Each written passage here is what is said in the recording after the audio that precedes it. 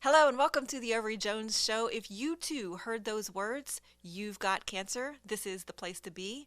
I'm your host, Melanie Holscher, survivor and author of Becoming Ovary Jones and founder of Together We Box. Today we have such an incredible woman who fought ovarian cancer and smiled the whole way through. She has such an amazing attitude. I know you're going to really be inspired by Donna Barats. So, welcome to the show, Donna. Hi, thank you for having me. Absolutely. So, Donna, tell us about your diagnosis, your story. Well, prior to diagnosis, I was a Zumba instructor. I am a Zumba instructor. I mentioned that because that was a big part of catching the ovarian cancer.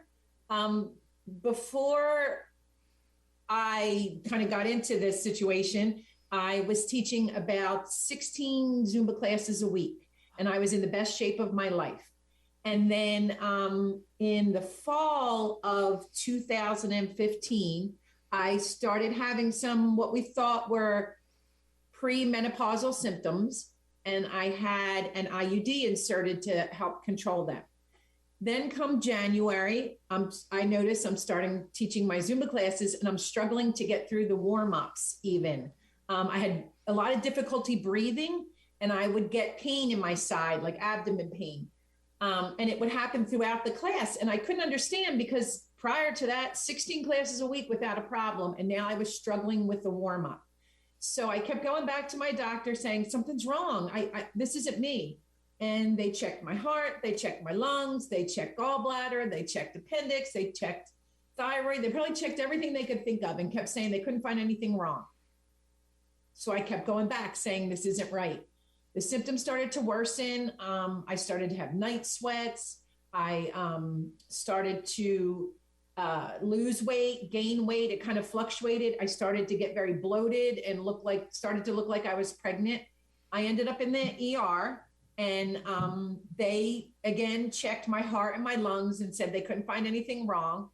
My primary doctor had actually put me on an inhaler prior to that and said that I probably had asthma and no exercise induced asthma and put me on an inhaler. So when I was at the ER, they decided that I needed a steroid, that the inhaler just wasn't working well enough for me and I needed a steroid to give it a boost. So they put me on the steroids. They discharged me from the ER. I went to my gynecologist and I said, because like most people, I researched all my symptoms online and decided that I had pelvic inflammatory disease. So I went to my gynecologist and I said, these are my symptoms. I think I have pelvic inflammatory disease. I want the IUD out. And her words to me were, I don't think you have anything gynecologically wrong with you, but I will take that IUD out because you're requesting it. That was on a Tuesday. That Saturday, when the steroid script had run out, it was like I hit a brick wall again. Stomach very distended, couldn't sit up, couldn't eat. I looked horrible. My weight had gone up again, and the night sweats had gotten so bad that I would line up pajamas on my bureau, 4 sets of them, so that I could get changed throughout the night because the night sweats were so bad. So I knew something was seriously wrong. That Monday morning, I taught a Zumba class. I struggled to get through that class, like struggled, and went right from the class to my primary doctor because I wanted her to see what I looked like at this point because I was gray, all of that. I went to her and I think it finally clicked in her mind what might be wrong. And so she ordered a scan of the lower abdomen, which was the first that had been done. And she had me stay there. She sent me to get the scan immediately, told me to stay there. They were going to call her with the results and she would talk to me on the phone from there and tell me what to do next. They found a thickening of cells. They sent me back to the ER. The ER admitted me. And a couple of days later, I had the doctor come in and say, we ran a CA 125, which at the time I didn't even know what that meant. And that it was something like 1664 and that he thought I had ovarian cancer. So those were the first words I heard. And then it was devastating. My only experience of anyone I ever heard of with ovarian cancer was Gilda Radner. And I knew that what she went through was brutal. So of course I was terrified about it, but that was kind of the events leading up to it. Then I met with the oncologist on the floor of the hospital. And he said, I'm not convinced you have ovarian cancer. I think you have pelvic inflammatory disease. So they discharged me. They kept me on steroids because it kept the symptoms at bay. They discharged me on a Friday. On Monday, I met with a top ovarian cancer specialist oncologist at a local cancer hospital who I met with her. She ordered laparoscopic procedure to look around, do some biopsies.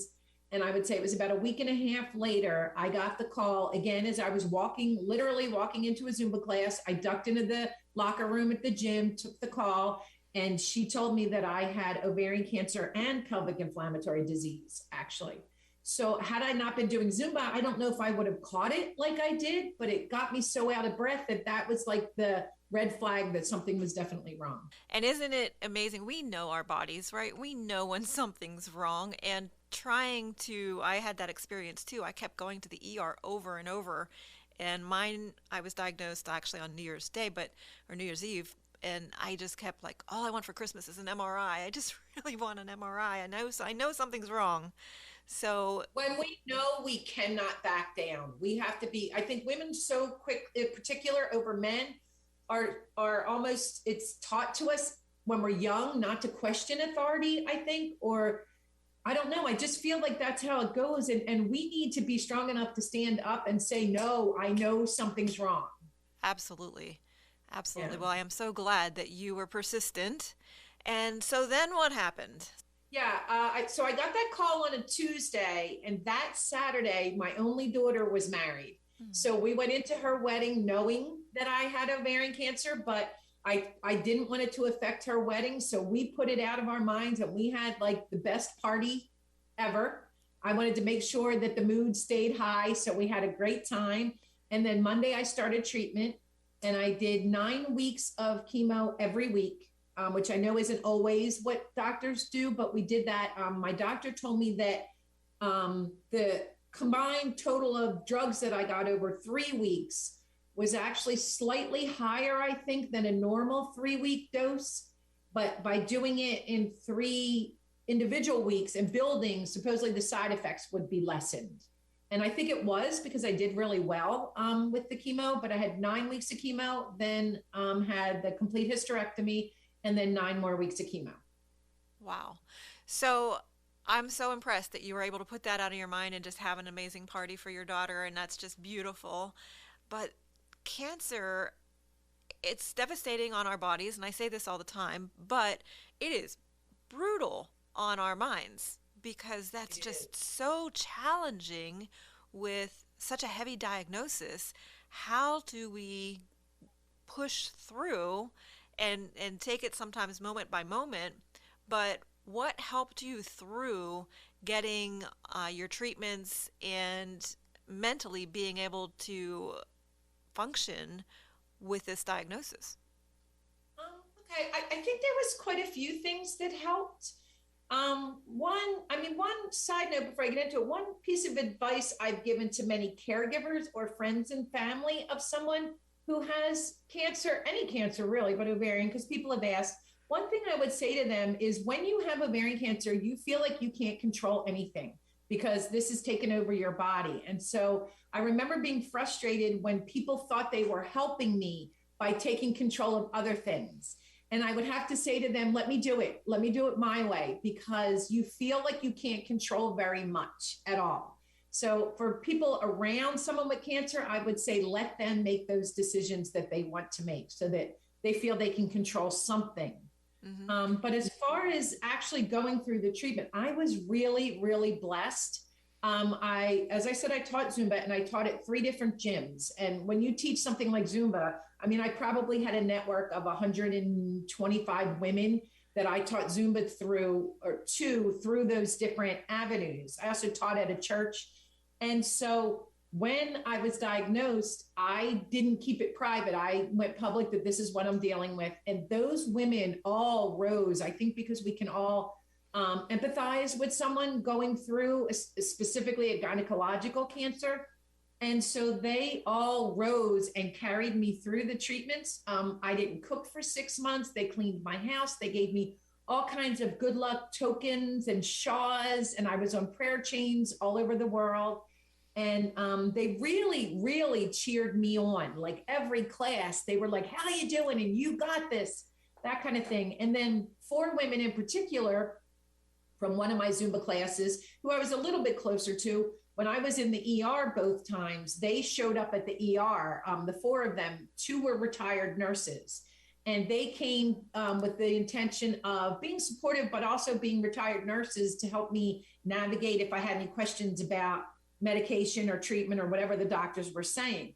Well, when I got the diagnosis, they all said to me, we're going to walk this walk with you so your husband doesn't have to lose work or take off from work. So they went to every chemo treatment with me, every doctor's appointment. When I had my surgery, they stayed at a hotel near the hospital because the hospital was an hour and a half away. They did everything with me and they made me laugh. Like we laughed the whole time when I was at chemo.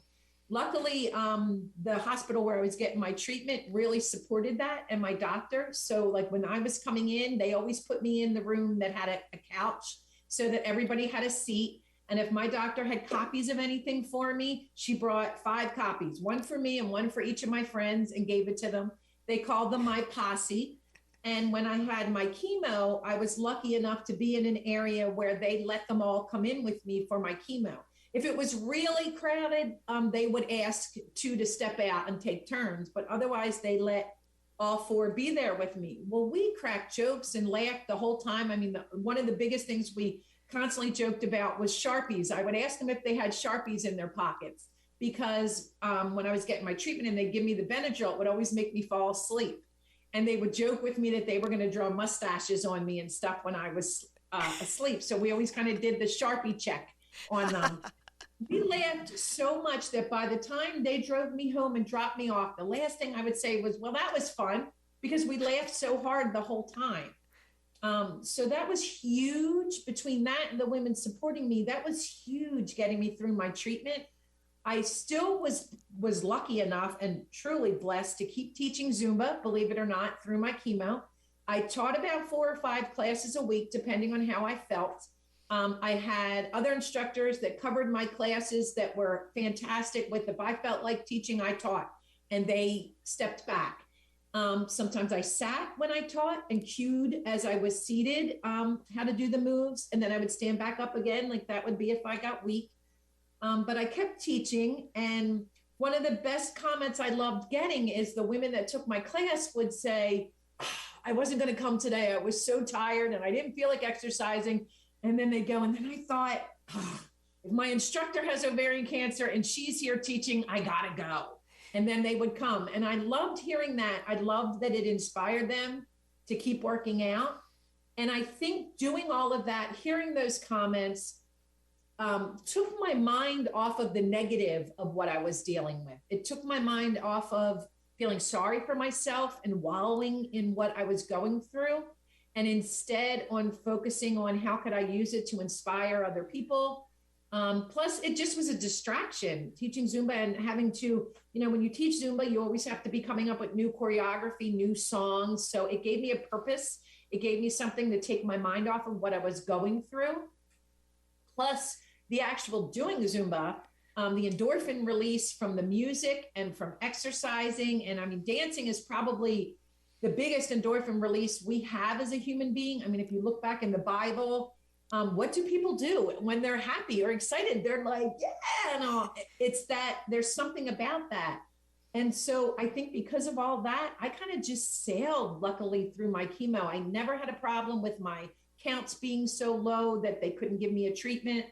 I didn't need transfusions. We didn't have to take a break at any point. It really helped me sail through.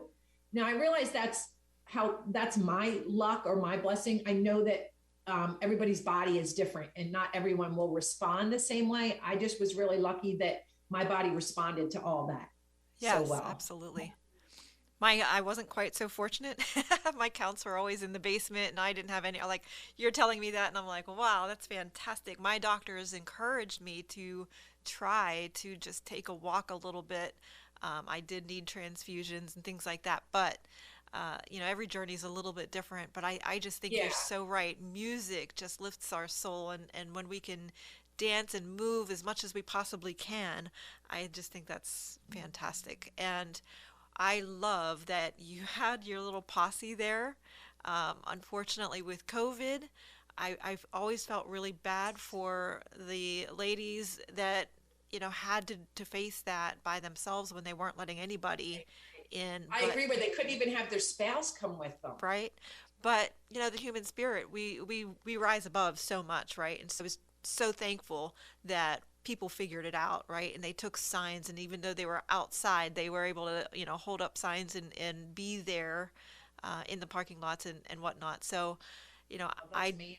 do believe that it's important not to keep this and try to fight alone, because we are so much better Yes. together. Yes, that is a huge thing I would love to talk about because I have friends who didn't tell anyone that they had it. Like they kept it secret except for their immediate family. And I think by doing that, okay, not only are you missing out on the help, but I think it's sometimes I think it's a gift you can give other people to let them help you. Because I Absolutely. know when I have a friend in need and I'm able to help them and make a difference, I feel better. Mm, And so I think it's really huge to let people help you. When people are saying, is there anything I can do to help? Say, yes, I would love a home cooked meal, or I would love for you to just visit, or whatever would work. But I think it's huge to let people in and help you. And although you might, I don't know why there seems to be a shame around cancer, at least in previous generations where they didn't tell anyone mm. and they didn't talk about it. But I think it's really important to put it out there and be open because all of those people are going to lift your spirits and they're really going to help with the healing process. Absolutely. I just think it is so incredibly important. And it's tough. I know, talking to family members and friends of people that they love going through the battle, it's tough to fight from the sidelines. They want to do Mhm. something, they want to help. So I agree. Just giving them that opportunity to do something. And let's face Yes. it, if we, a lot of times, we are the ones that are giving and doing so much for so many people. It's important that we take that time and just allow others to feed and pour into us. Um, Yes. You know, my husband had cancer, I want to say about 7 years before me. I think it was 7 years. And then my stepson, so no blood relation to me, but my husband's son, he had cancer the following year. wow. He was 23 at the time. So I dealt with both of them having cancer and helping them going to their treatments, that kind of thing. None of our cancers are related. So none of it was genetic. But I dealt with going with them. And emotionally, I found it harder to watch someone that I love go through it than I did myself because you do feel helpless. You want to help them, you want to fix it, and you don't know how. I found that too. But I, Hmm. yeah, but so I do think letting people do little things makes a big difference. It helps them too. Absolutely. Absolutely. And I had another guest on the show, Patty McBee, and she talked about all kinds of different resources. There are all kinds of foundations and things out there that will do things like clean your house for you or Yes. whatever. So there are so many people that want to rally around and want to help. Yes. So, what are some of the things that you've been doing since? How long ago was your diagnosis? I was diagnosed in April of 2016. So I am NED since the end of September of 2016. I mean, one of the things I didn't mention is about how I finished my treatment at the end of 2016. There were some spots that they thought might still be cancerous. They had me come back 2 months later for another scan. I did. They thought the spots had grown. They had told me that I was platinum resistant and that I would need to go through chemo again.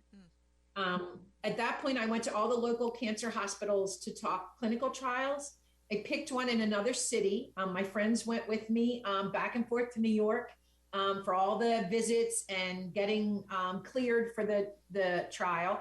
And then within 5 days of starting it, you have to get all kinds of baseline tests done, like EKG and blood work and all this kind of stuff, scans. And I did all that. And then I was scheduled to start the clinical trial on a Wednesday.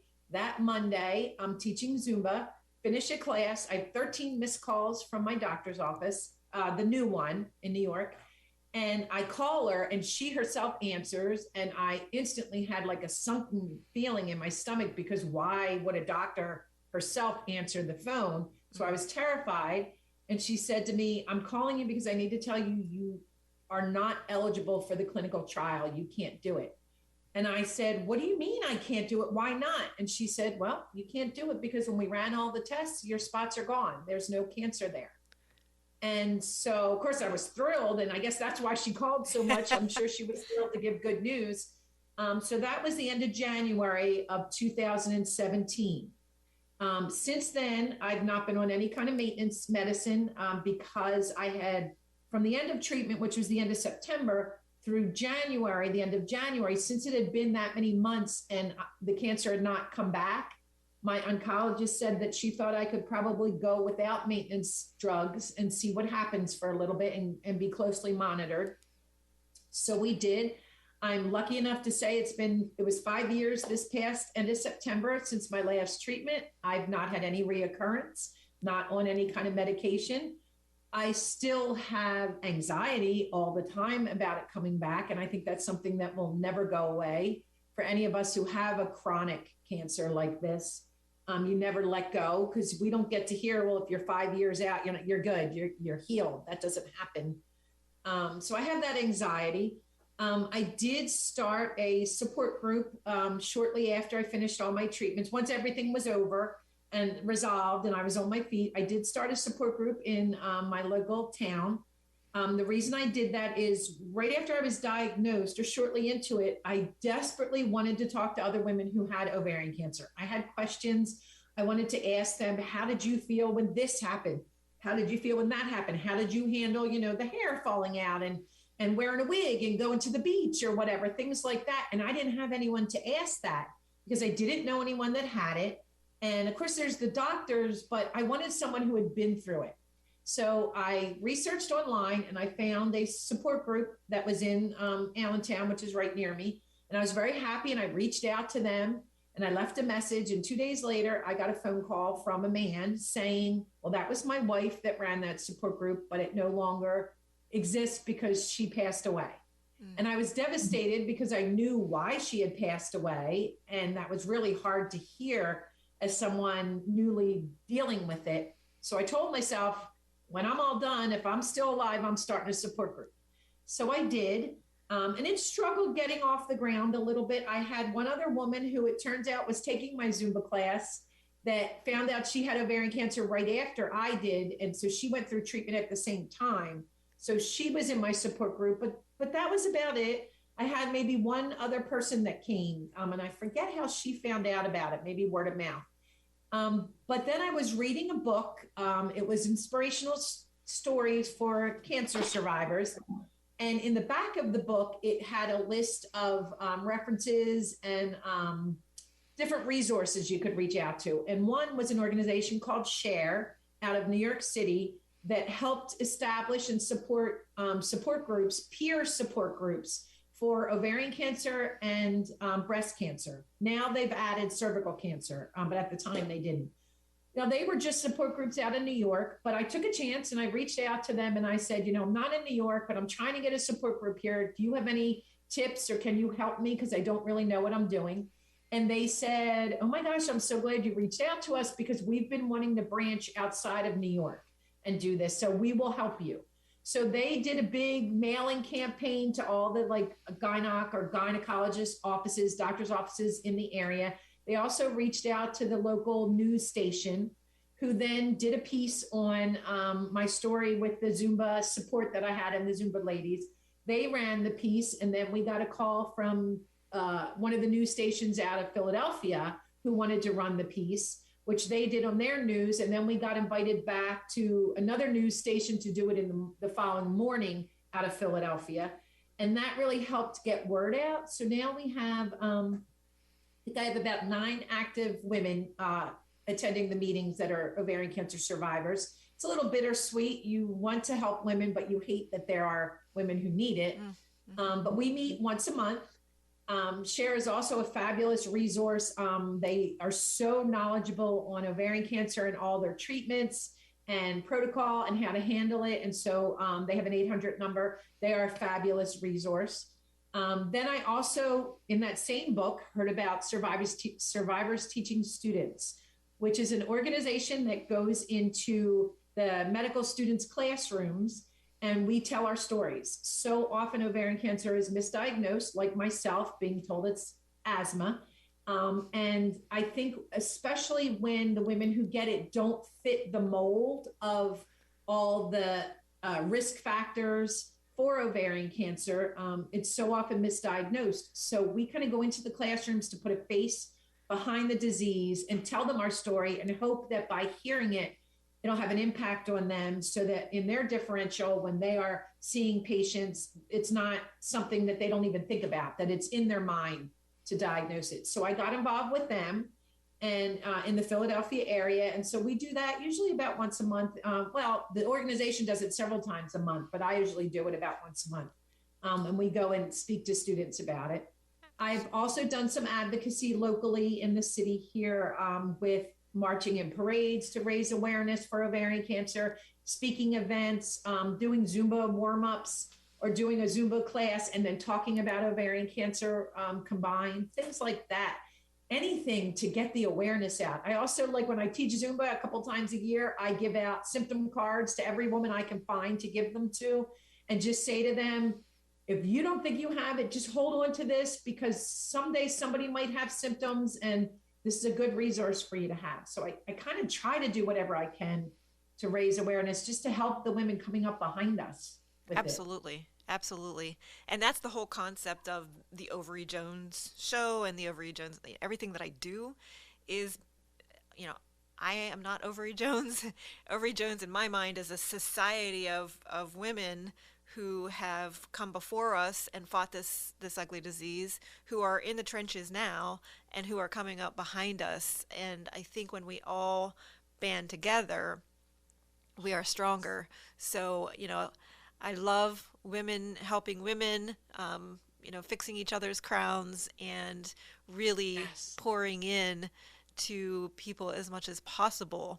So when you do all of these things, are you being fed also? Is this something that's extremely fulfilling as it is for me? Or is that, why do you do these things?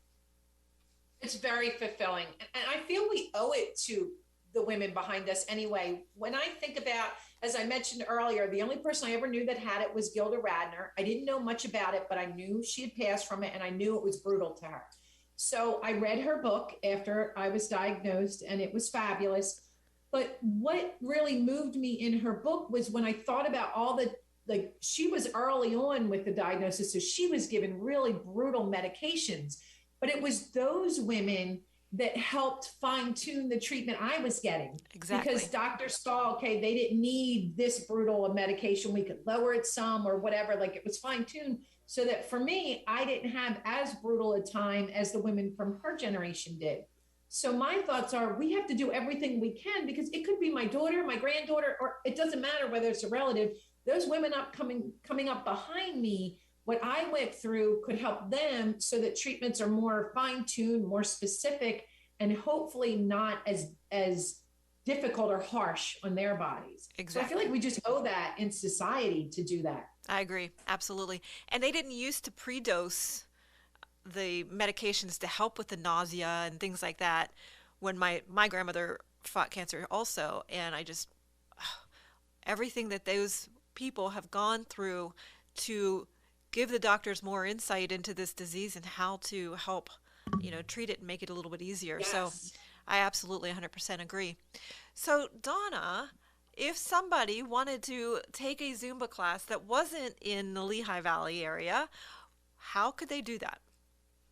I would love that. I'm on Zoom every day. Not every day is Zumba. I also teach Silver Sneakers. I don't know if you're familiar with that, but that's more for people. I think it's over 62 or over 65. Silver Sneakers is something that some insurances offer. And they basically, if you have Silver Sneakers, you can go to a lot of gyms for free, and Silver Sneakers pays the gym. So I also teach Silver Sneakers as well as Zoom.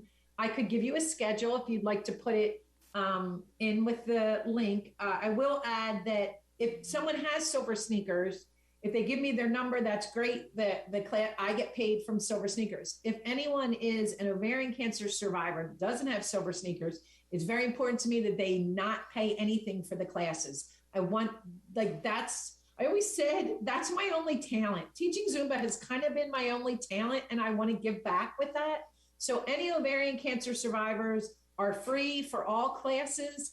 And I often even encourage people, if they're in active treatment, just log on, listen to the music. If you feel like getting up, get up. If you don't, lay there or sit on the couch, it's okay. Sometimes just hearing the music is enough. Or maybe you sit and you do it from a chair and just move the upper body. But I have several ovarian cancer survivors and breast cancer survivors that have taken my class, and they'll message me and say, I'm going to take the class today, but I'm just going to lay on the couch. I don't feel up to doing it, but I want to hear the music. So I just want to put that out there. If you are a survivor, please come try the class, totally free. If you're not and you just want to try it, I do classes on a donation only basis anyway. So I teach at least one class every day.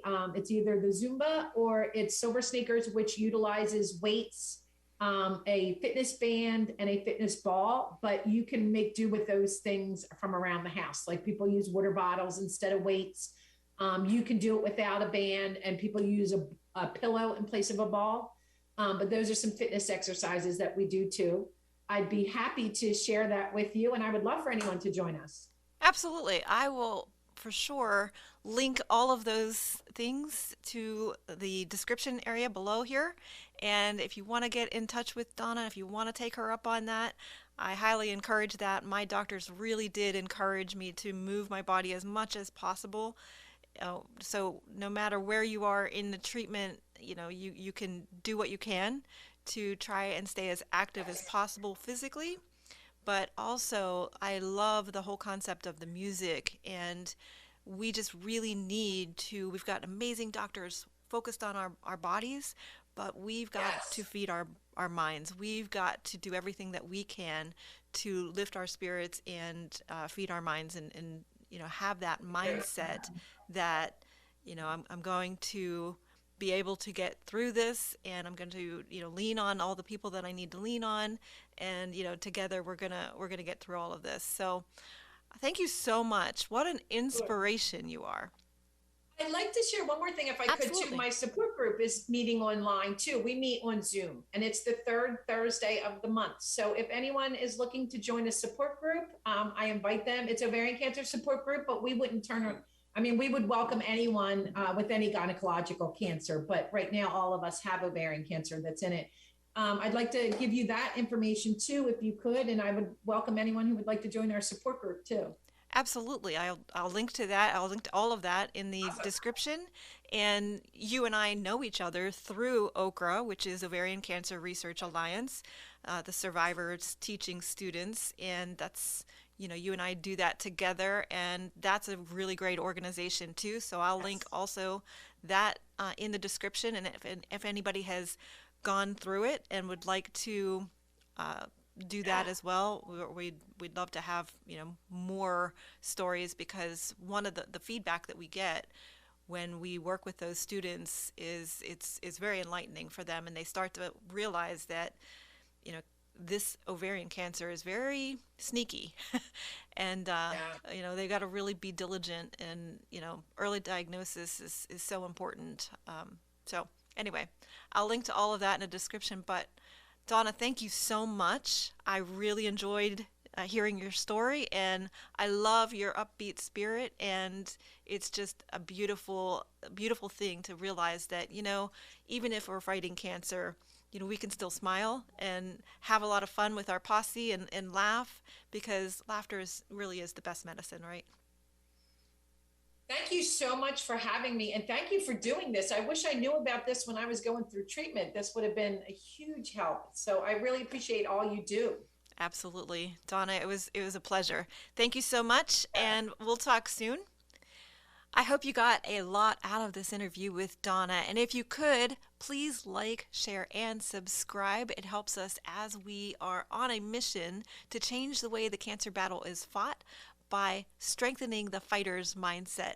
So please share and tune in next week as we have another amazing guest that's going to really lift your spirits.